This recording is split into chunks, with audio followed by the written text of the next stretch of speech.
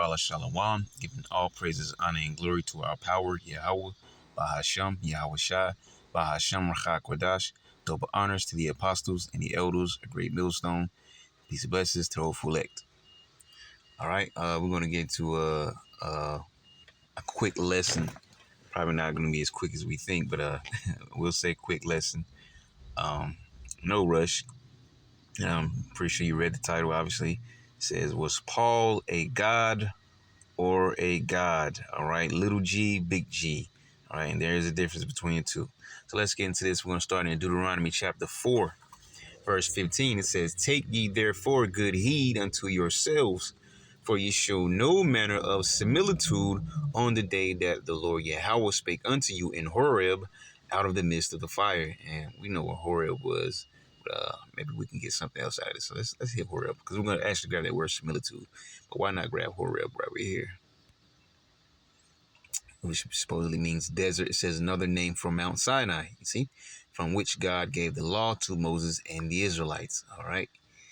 So you have that understanding. So let's grab similitude.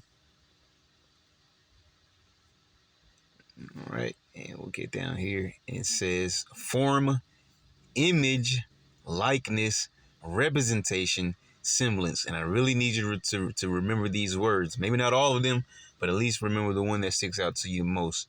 Form, image, likeness, representation, semblance. And while we're here, we may well grab this root word just to cover tracks. See what we can get from here. All right, kind, sometimes a species. All right, cool. So we don't need that. All right, form, image, likeness, representation, semblance. And that's that word similitude. Take ye therefore good heed unto yourselves. And who was the Lord speaking to through Moses? The children of Israel only, which are the so-called Negroes, Latinos, and Native Americans. Okay. It says, for ye saw no manner of similitude on the day that Yahweh spake unto you in Horeb out of the midst of the fire, lest ye corrupt yourselves and make you a what? A graven image. All right, graven image. What is that word? Similitude. Right, a graven image. It says the similitude, you see, of any figure, the likeness of male or female. Let's read that one more time. Lest ye corrupt yourselves and make you a graven image, the similitude of any figure, the likeness of male or female. All right. So all this trophy worship, you know, you got your little statues, or even some people, they worship men and women, as in, you know, celebrities, artists like rappers and singers and stuff like that. Right. And you got the whole show with American Idol. Okay. And just other, you know, different forms of worship dealing with, you know, actual idols, which I think we talked about in the last lesson that was similar to this with that Queen of Heaven worship, right? Because we went into talking about that a little bit, where people were making miniature idols, right, for their journeys, for their travels, maybe because they would have some place, major place of worship, right, to worship this image, this statue, or whatever it was, that idol, okay? And then, you know, maybe they had to travel somewhere. Maybe they could even live in the same city, but they were going to travel somewhere, maybe to see some family or something. And they were holding so tight to this idol that they will buy a miniature form of that idol and take it for their travels, because they always wanted it. Like one of the examples that I used the last time was like these people and their damn crosses and their Jesus pieces. And you got these idiot rappers really pushing it on the community, and people are doing what? Going buying these freaking Jesus pieces. All right. But this is important. Let's continue. It says the likeness of any beast. Okay. Your churches and their fish symbols. Baal, he was like a bull or something like that, a calf. Just other things as well. You got the Baphomet, the half goat man, and all that other kind of stuff. It says the likeness of any beast that is on the earth, the likeness of any winged fowl that flieth in the air. And it was a church that I grew up in where they loved that dove, which is nothing wrong with a dove, but I'm speaking about it on a different level. It would always be it was a dove painted on the what is it called, the podium or whatever, and then eventually got a glass one, and they kept, you know, that dove, or, you know, to any other extent, you know, because it doesn't necessarily have to be a church. It could just be anyone who just, you know, has some kind of I don't know. You walk into this chick house and she got this hawk, you know, beautiful hawk statue, but then you realize that she talks to the statue or whatever. Like, well, okay, it's one thing for it to just be a nice statue that you bought, but it's another thing for you to actually pay homage to it, and you're making a form of worship towards that particular statue. All right, so you're not supposed to be fashioning things. All right, and I think the last time I gave that same example, but I was talking about like an elephant or whatever. But it doesn't matter, whatever animal. Okay, it's one thing for you to be buying a statue to decorate your home or whatever, but it's another thing when you take it to another level, and you're always constantly acknowledging that statue. Okay, because then you're making that statue like an idol or a god, and you worshiping this thing whether you know it or not. It says the likeness of any beast that is on the earth, the likeness of any winged fowl that flieth in the air, the likeness of anything that creepeth on the ground, the likeness of any fish that is in the waters beneath the earth. You see? And so no lizards, no scorpions, no snakes. And what do you got on your medical symbol, right? Which goes back to the Greek god Asclepios. Okay. Actually, I think I went into a little information dealing with that Asclepios going further back. You know, I believe, you know, because if the information is correct, you know, they you know, Asclepios and I think, what was his name, not Gandhi. I don't think it was Gandhi. It was somebody. I can't. Socrates. But them going back to pretty much stealing, you know, their likenesses or the information and things of that nature. Just, you know, in general, you know, from Joseph Yawasop, okay, who rose to you know, a major power in Egypt, second in command, I believe. He was only second to Pharaoh, and nothing moved without the command of Joseph. But that's another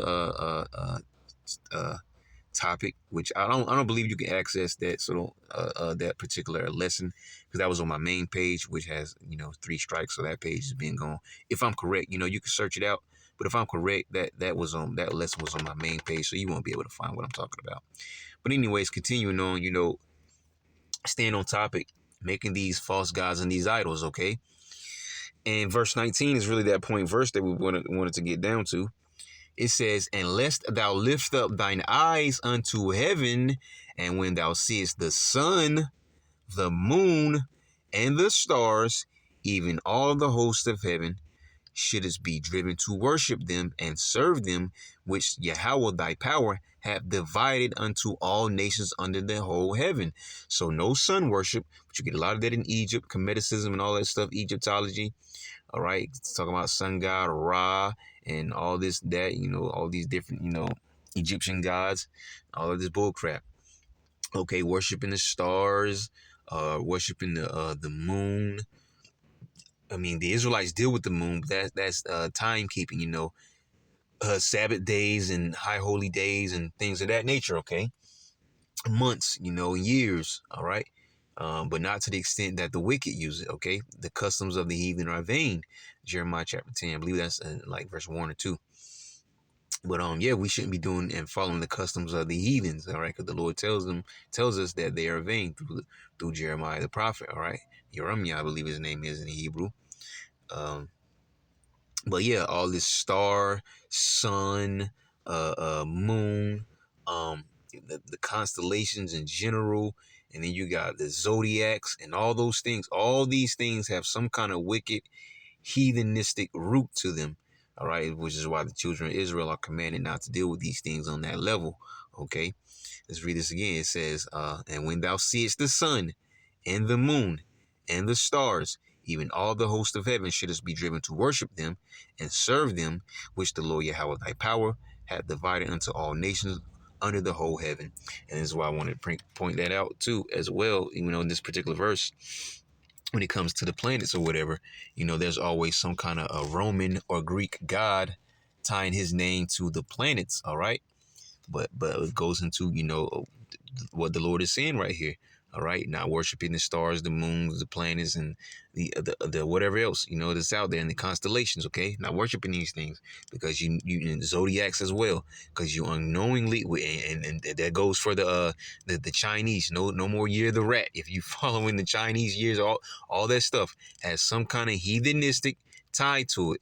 And every different nation, their own society will have certain their own particular ties to whatever it is that they worship, and what we're speaking on, specifically dealing with the constellations and things of that nature. Okay, so planet worship, they'll always have some kind of if you want to deal with the Greeks and Romans, they're going to have some kind of Greek or Roman equivalent tied to those planets and things of that nature. All right, and and that also, if you want to look that up, goes into, you hear all these stories about Greek mythology. Oh, this person did this, Hermes, and I guess that was the only one I could think of right in there.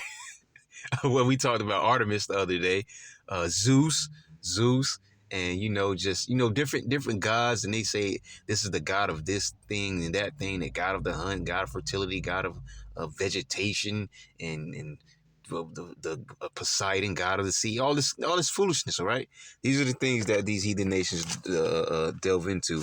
Okay, and you're not to do that. All right, and that word delve is going to digger, searcher, so on and so forth. Because there's a few other words. You can look up that word up for yourself. Delve. We use that word for actually a long time, but it just means digger, searcher, and so on and so forth. But yeah, you aren't to be delving into these things, okay? So from there we're gonna jump over to Jeremiah chapter 19. All right, and we're gonna pick up at verse 13, which is our point verse, but we're gonna get probably 13 through 15. All right, so Jeremiah 19 and 13, and it reads, "And the houses of Jerusalem and the houses of the kings of Judah shall be defiled as the place of Tophet, because of all the houses upon whose roofs they have burned incense unto all the what? Host of heaven," which is what we just got through reading about in Deuteronomy, the 4th chapter. The host of heavens, okay? All these things, or even if you worshiping the angels, you shouldn't be worshiping the angels, all right? So it's sun, moon, stars, planets, zodiacs, angels, whatever.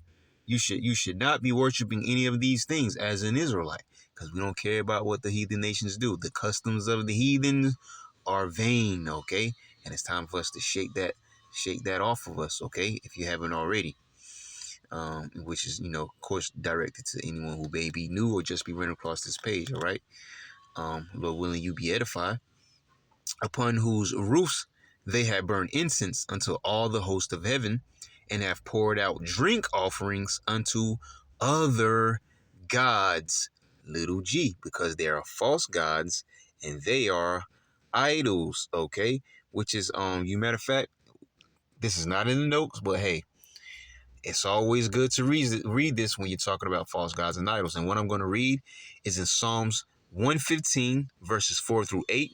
But you can read the same verses in Psalms 135, verses 15 through 7. As a matter of fact, let's grab 135, because we don't often grab 135. Usually we just jump to 115, but we'll grab 135, all right? And we'll get these. Psalms 135 and 15. And it says, "The idols of the heathen are silver and gold, the work of men's hands. They have mouths, but they speak not. Eyes have they, but they see not." I'm sorry, so lighten it up. It says they have ears, but they hear not. Neither is there any breath in their nostrils. They that make them are like unto them. So is everyone that trusteth in them. You see, as a matter of fact, I never read this in the NLT. Let's see if I can grab something different from this in NLT. A lot of times the NLT can simplify it for people that just can't get that KJV or whatever, because of that way that it's worded. I think it's called Old English or whatever. So It's good to go in the other source translations sometimes, and NLT is just one of my go-to translations because it's not only sometimes it can simplify certain things for you, because as all things you have certain points where it may go off, go left, but you have to have that the spirit working with you to know where things are going left. But so a lot of times it can simplify things for you, as well as like I said once before, it's kind of cutthroat. It's straight to the point what it says. Okay. So we'll read it again. I was just going to grab that last verse, but we'll read them all again. Psalms 135 and 15. The idols of the nations are merely things of silver and gold. You see what I mean? Shaped by human hands, as we talked about. And as we read in Deuteronomy 4 chapter, what you're not supposed to be doing, worshiping these constellation stars or whatever else, even the angels themselves. And you're not supposed to be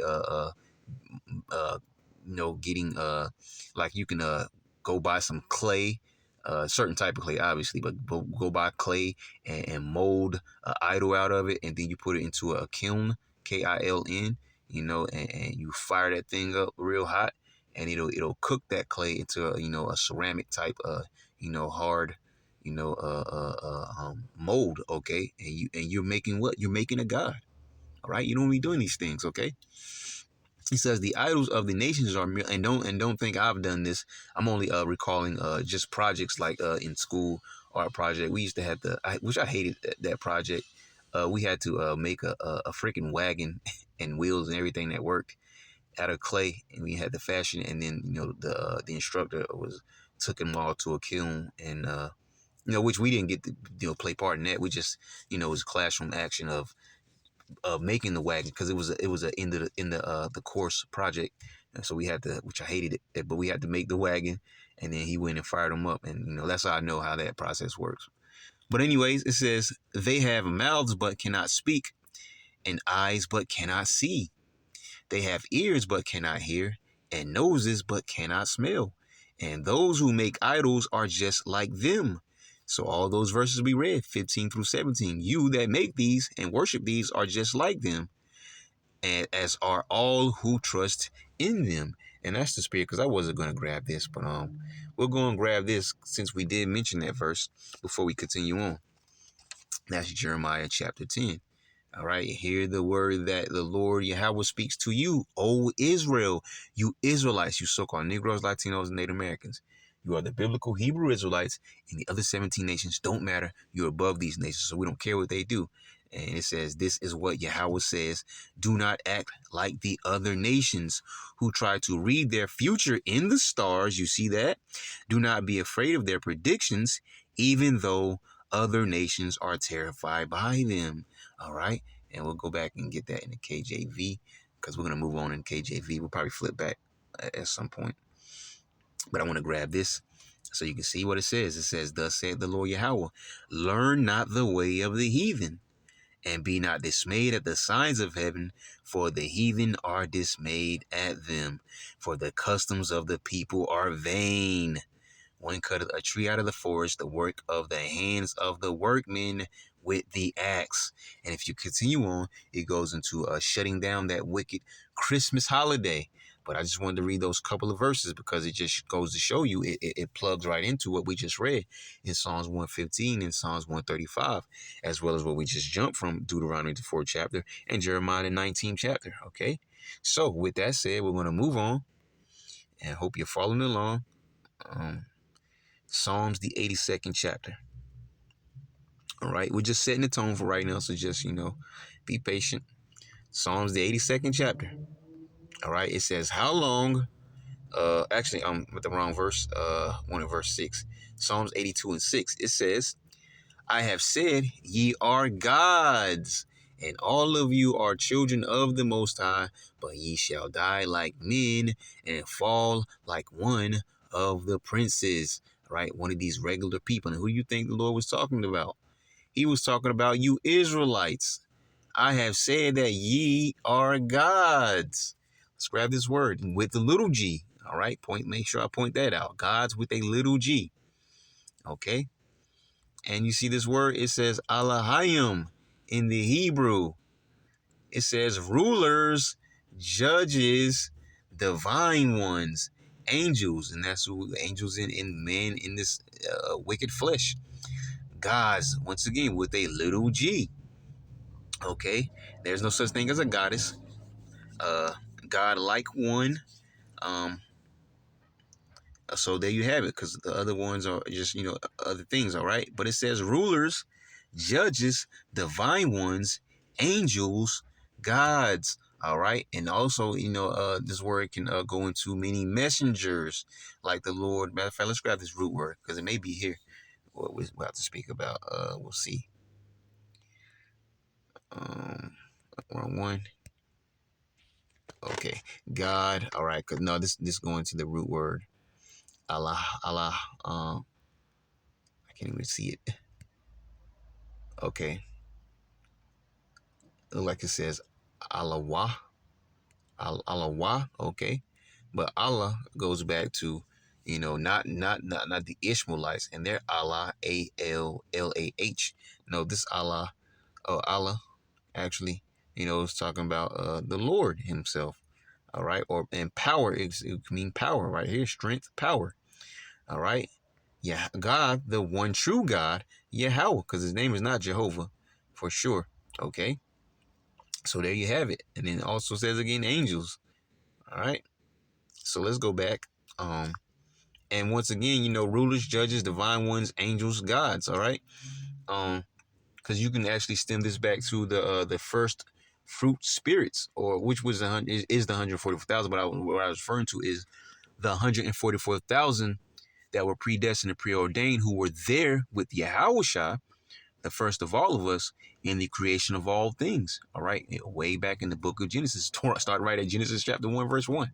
Okay, Yahushua and the 144,000 that were there with him and creating all things that you see by way of the elements that were out there in, in the vacuum of space. Okay, but that's something, a whole other thing. All right, but what you see, it says, I have said ye are gods, and all of you are children of the Most High.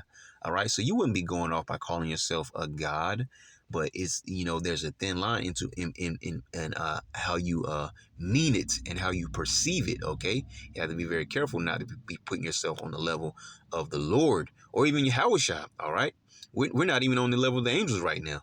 Okay, especially the stemming to the 144,000 elect. But when we're all that number, the men who have been called to teach, we're not even, we have a small portion of, of spiritual power by just being able to teach this word in this manner. All right, it's all through the Spirit. We're not able to do this on our own.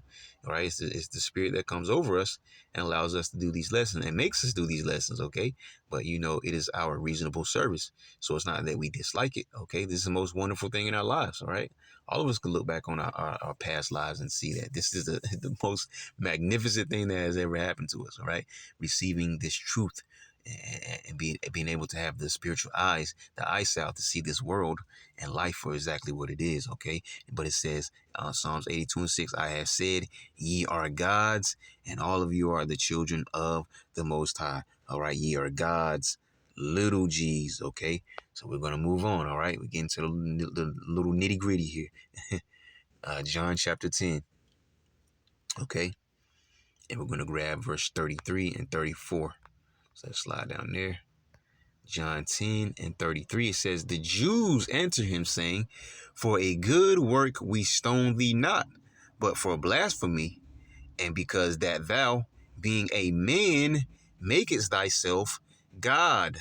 Yahushua answered them, is it not written in your law, I said, ye are gods with the little g? You see a difference between God with a big G, our power, right? The Heavenly Father, Yahweh, and gods with the little g, talking about us, the angels in human flesh, all right, in these sealed up in these bodies. Okay, but the heathens, that's why we also pointed out those other verses where the customs of the heathens are vain, and you're not to follow after them. And the scriptures that we read in Deuteronomy the 4th chapter and Jeremiah the 19th chapter, you're not to be doing these things, because these are the things that the heathen do.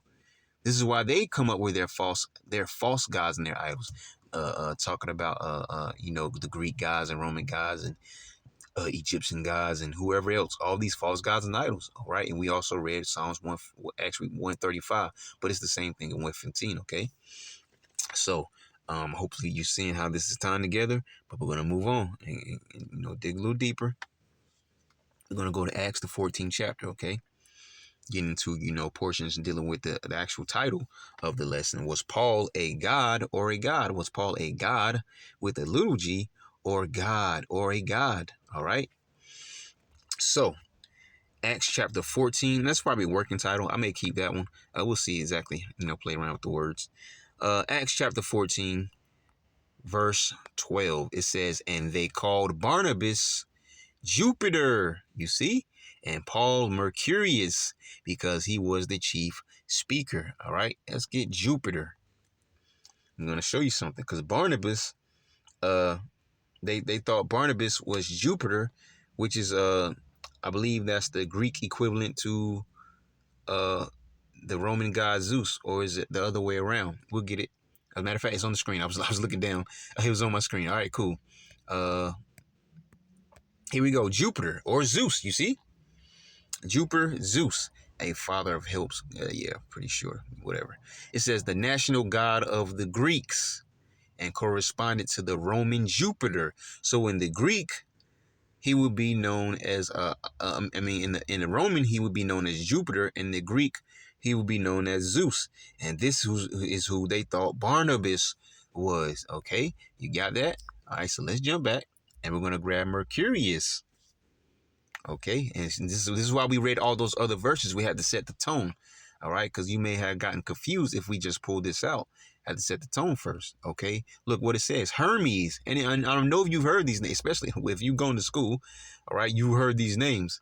Okay, and we want to grab Mercurius or Hermes, which is supposedly meaning herald of the gods. All right, it says a Greek deity called by the Romans Mercurius. Mercury, right? Planet, what we just talked about earlier. Them being linked to planets even, okay? Zodiacs, planets, all these things. This is why you're not to be dealing with these things, especially zodiacs. And I used to hate, be talking to a girl and she, "What's your zodiac?" And I tell her, "I don't have one." Like, what do you mean you don't have one? And I even had a friend who used to always, who would ask about zodiac, and then you think it'd be a smart ass, right? And then ask about my birthday, which of course I wasn't in the truth then, but ask your birthday. Then they'll try to figure out because of your birthday. Like, look, it doesn't matter what you say. I'm telling you, I don't deal. And this is long before I came to the truth. I wasn't dealing with zodiac. It was a lot of things I actually wasn't. But that was all through the spirit, because I was just still a ninja in the world. But there was a lot of things that pertain to the truth that I actually wasn't doing long before I ever came to the truth. But once again, it was all just according to the spirit. Okay.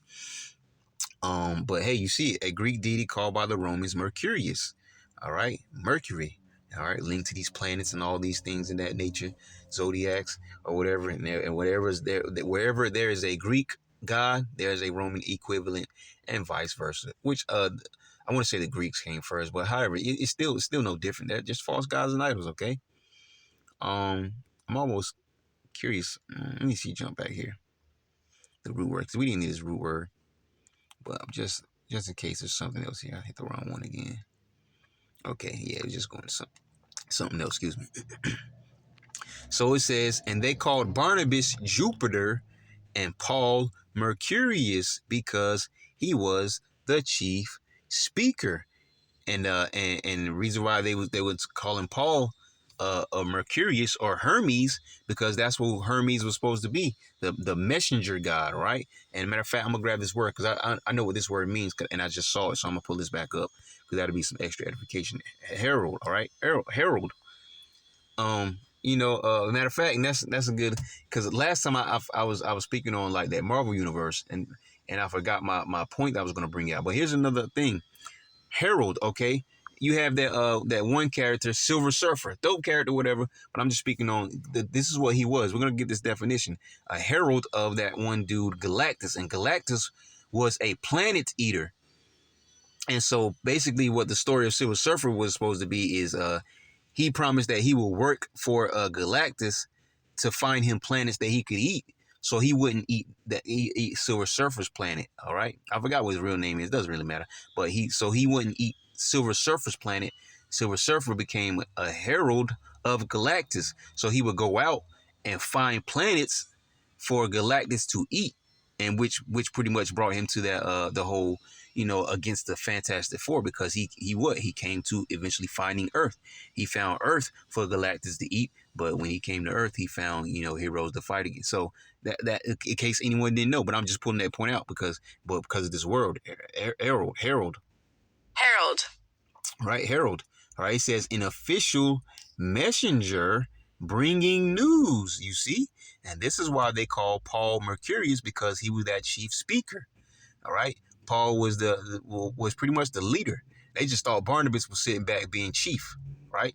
And Paul was doing the grunt work, but really Paul was the leader, and Paul was just the speaker, okay? And Barnabas was under him. So you see how this ties in. That's why I wanted to bring this back up, okay? So hopefully that was some extra edification for you. Let's see what else it says. Nothing important. Maybe there's some extra there. Yep. Origin, Germanic origin. Old French Heralder, all right? And in Middle English, it became the word that we just got. We played Herald. Or herald, okay? In Middle English, it became herald. All right, so let's go back. So now you understand that why it says what it says, all right, with Paul, all right, Paul Mercurius, which was supposedly Hermes, right?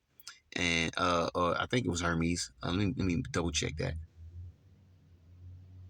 Because, yeah, Hermes, you see it right here. Hermes, all right, because Hermes was supposed to be the messenger god, okay? All right, so there you have it. Now you have that understanding. It says, and they called Barnabas Jupiter and Paul Mercurius because he was the chief speaker. All right, and you know what? Before we move on, actually, we probably don't even need the next verse. But before we move, I'm gonna grab this NLT. I'm gonna go back to the NLT real quick. I'm gonna grab this verse again. 14 and 12 in the NLT. All right. It says they, and see, this is more straightforward for you. All right, the NLT again says they decided that Barnabas was the Greek god Zeus and that Paul was Hermes, since he was the chief speaker. All right, further tying in what it was that I was trying to explain to you, okay? And I'm not saying I know all about the Greek and the Roman gods, but, you know, I just know just a tad bit, you know, here and there from back in the days. So, but and that's how I knew about Hermes, okay? And so when I read this, I automatically already knew why, all right? Because Hermes was that messenger god. As a matter of fact, let's do this to be 100% correct. So if I'm wrong, I can correct myself right here. If we can find anything on the wings of Hermes, yeah, because I think he had wings on his boots or whatever. Here we go. Wikipedia. That'll do us some good. Roman equivalent Mercury. You see that right there on the screen before it switches over? All right. It says Hermes is an Olympian deity in ancient Greek religion and mythology. Hermes is considered the herald of the gods. He is also considered the protector of human heralds, travelers, thieves, merchants, and orators, speakers. He is able to move quickly and freely between the worlds of the mortal and the divine, aided by his winged sandals. You see, Hermes plays the role of the psychopomp, or soul guide, a conductor of souls into the afterlife. Now do you see why the people were so bugged out? Because around this time, and it really, if you want to get more backstory, context, it's best to read Acts 14, and I believe there's some at the end of Acts the 13th chapter, if I'm correct. But yeah, it's best to read all of this, and but we just want to stay on point for the point that I'm trying to get here. With these people, all right, these people just thought that Paul was a god and that Barnabas was a god. So with that read, we're gonna move on. All right. So they decided that Barnabas was the Greek god Zeus and that Paul was Hermes, since he was a chief speaker. All right, and it's really good to get context here, because I almost want to read, because it's a good portion. Let's see. I'll read it for you. Acts 14 and 8. It says, while they were at Lystra, Paul and Barnabas came upon a man with crippled feet. He had been that way from birth, so he had never walked. He was sitting and listening as Paul preached. Looking straight at him, Paul realized he had faith to be healed. So Paul called him in a loud voice, "Stand up." And the man jumped to his feet and started walking. When the crowd saw what Paul had done, they shouted on their local dialect, "These men are gods in human form." Now you see the context here? It says they decided that Barnabas was the Greek god Zeus and that Paul was Hermes, since he was the chief speaker. All right, and that's why it's good to read in context. All right, throw out of Yahweh Shema Shah for that. Okay, because I didn't want to move on and leave you confused. Not saying you were, but I didn't want to leave you confused. Okay, just by any chance. All right. Um, Matter of fact, we'll grab this. It says, now the temple of Zeus was located just outside the town. So the priest of the temple and the crowd brought bulls and wreaths of flowers to the town gates, and they prepared to offer sacrifices to the apostles. All right, you see where we're getting at? It says, but when the apostles Barnabas and Paul heard what was happening, they tore their clothing in dismay and ran out among the people shouting. And what did they say? "Friends, why are you doing this? We are merely human beings, just like you. We have come to bring you the good news, this gospel, all right, that you should turn from these worthless things and turn to the living power, who made heaven and earth, the sea, and everything in them." So Paul and Barnabas was basically like, we're not with that noise. We just came to do the work of the Lord wherever we go. But we don't want to be put up on any pedestal, and we most certainly are not gods with a big G. We're not idols to be worshipped. All right, they're just little gods with a little G. Okay, little G gods. They're not big G gods, and Paul understood this. All right, and you know, his speech justified what is going on here. All right, don't put us up on a pedestal. Okay, we're nothing special. We're simply men who the Spirit has come upon, and we're able to do this work. That's it. It says in the past, and same goes for the men of nowadays. Well, not all of us, but you know, we know. But you get what I'm saying. You know, the true men of the Lord who have been called to teach. Okay, and excuse me, Acts 14:16. In the past, he permitted all the nations to go their own ways, but he never left them without evidence of himself and his goodness. For instance, he sends you rain and good crops and gives you food and joyful hearts. But even with these words, Paul and Barnabas could scarcely restrain the people from sacrificing to them. See, they didn't want to turn away from idol worship. And even them, all right? Well, they just said we're nothing but mere men. Friends, we're mere mortals like you. All right. He says, then some Jews arrived from Antioch and Iconium and won the crowds to their side. All right. And so basically, you know, wicked men came along and further provoked the people to continue doing idol worship, probably even to Paul and Barnabas, as well as whatever Greek or Roman god they were worshiping to. Okay. It says, then some Jews arrived from Antioch and Iconium and won the crowds to their side. They stoned Paul and dragged him out of town, thinking he was dead. And like the scriptures say, through much tribulation must you enter to the kingdom. And these are just some of the light afflictions that Paul himself had to go through. Okay? As well as the other apostles, not just Paul. All right? Paul was no more special than the other apostles. All right? But you know, it was just, you know,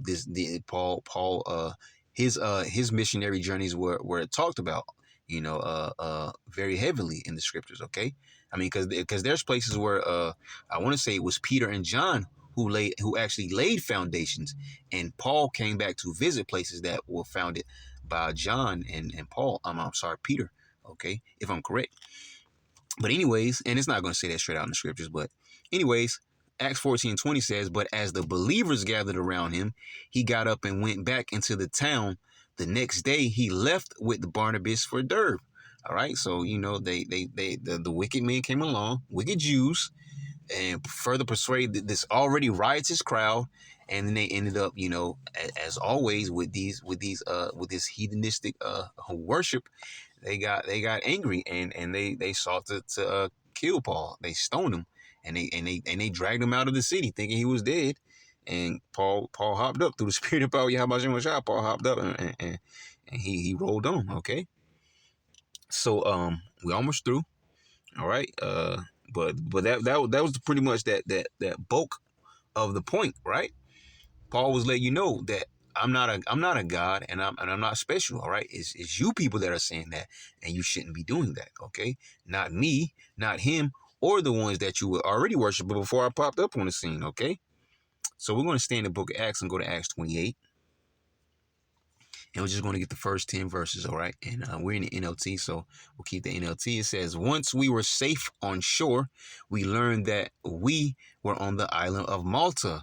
Okay, now if you most definitely need context on this, but this was I believe after the time where Paul was taken as a prisoner, and he was to go to, I almost want to say, what was it, Rome? I forget. But you can you can get some back history context on that, and I think the previous chapter. Okay, but I think it's like the previous two chapters, but at least the previous chapter, Acts 27, and you understand, because there was a whole, Paul had warned them not to go on the ship or whatever, about the ship being wrecked, and it came to pass. The ship got wrecked, but all the men survived, which Paul also spoke on, and then this is the aftermath. Okay, that's the context. In a lack of words, but you should go read on that for a better context, because there's a whole entire uh, um, you know, story to it. Okay, it says, once we were safe on shore, we learned that we were on the island of Malta. The people of the island were very kind to us. It was cold and rainy, so they built us a fire on the shore to welcome us. As Paul gathered an armful of sticks and was laying them on the fire, a poisonous snake, driven out by the heat, bit him on the hand. Okay, because yeah, and then now before we read on, remember, like I talked about with the shipwreck and everything, Paul was being transported as a prisoner. Okay, he was being transported as a prisoner. You must remember that. As Paul gathered an armful of sticks and was laying them on the fire, a poisonous snake, driven out by the heat, bit him on the hand. The people of the island saw it hanging from his hand and said to each other, a murderer, no doubt. You see? Though he escaped the sea, justice will not permit him to live. So you will might be confused, like, why are they saying this to him? But you have to read that whole context of what happened before, all right, which is in the previous chapter. You have to read that whole entire account of the shipwreck and everything, and even before that. That's why I said that I think it's the last two chapters, if I'm correct. Okay, but there's a whole scene that happened. And I forget where he was, and then after that happened, he was being transported as a prisoner. Then the shipwreck happened, and then this is the aftermath of that shipwreck. Okay, all right, and that's all context to what we're reading now. And then that's why I say keep in mind that this is talking about they're speaking on Paul in a manner as being a prisoner, okay, being transported, all right, for to go to a court of law. The people of this island saw it hanging from his hand and said to each other, a murderer, no doubt. Though he escaped the sea, justice will not permit him to live. But Paul shook off the snake into the fire and was unharmed. The people waited for him to swell up or suddenly drop dead, but when they had waited a long time and saw that he wasn't harmed, they changed their minds and decided he was a god. So here it is, the second time, people thinking that Paul was a god. But what did Paul say before? No, I'm just a mere regular person, regular old guy, just like you. Okay. Near the shore, where read this again, it says, then the people waited for him to swell up or suddenly drop dead. But when they had waited a long time and saw that he wasn't harmed, they changed their minds and decided that he was a god. Near the shore we landed was an estate belonging to Publius, the chief official of the island. He welcomed us and treated us kindly for 3 days. As it happened, Publius's father was ill with fever and dysentery. Paul went in and prayed for him, and laying his hands on him, he healed him. Then all the other sick people on the island came and were healed. As a result, we were showered with honors, and when the time came to sail, people supplied us with everything we would need for the trip. All right. So there you have it. You're right. That's two accounts actually of Paul, being thought to be a god. But Paul told you that I'm not a god. I'm just a man. Okay. So here he is in KJV. All right. And so we're going to grab, because I don't want you to be confused about Publius, right? It says, and it came to pass that the father of Publius lay sick on a fever and of a bloody flux, to whom Paul entered in and prayed. And we'll get that for you, in case you didn't know what the dysentery meant. Let me see. Where is it? I think I passed it. Okay. Here it is. A flux, a bloody flux. And it says a fever, okay? And you see it says dysentery up there at the top. I know I'm kind of fast. I was looking at that word though. All right. And it says bowel ailment, okay? Bowel ailment. Okay. So he could have been, I mean, that's, I mean, that's, I'm not even going to try to guess, because there could be different kinds of bowel ailments, all right?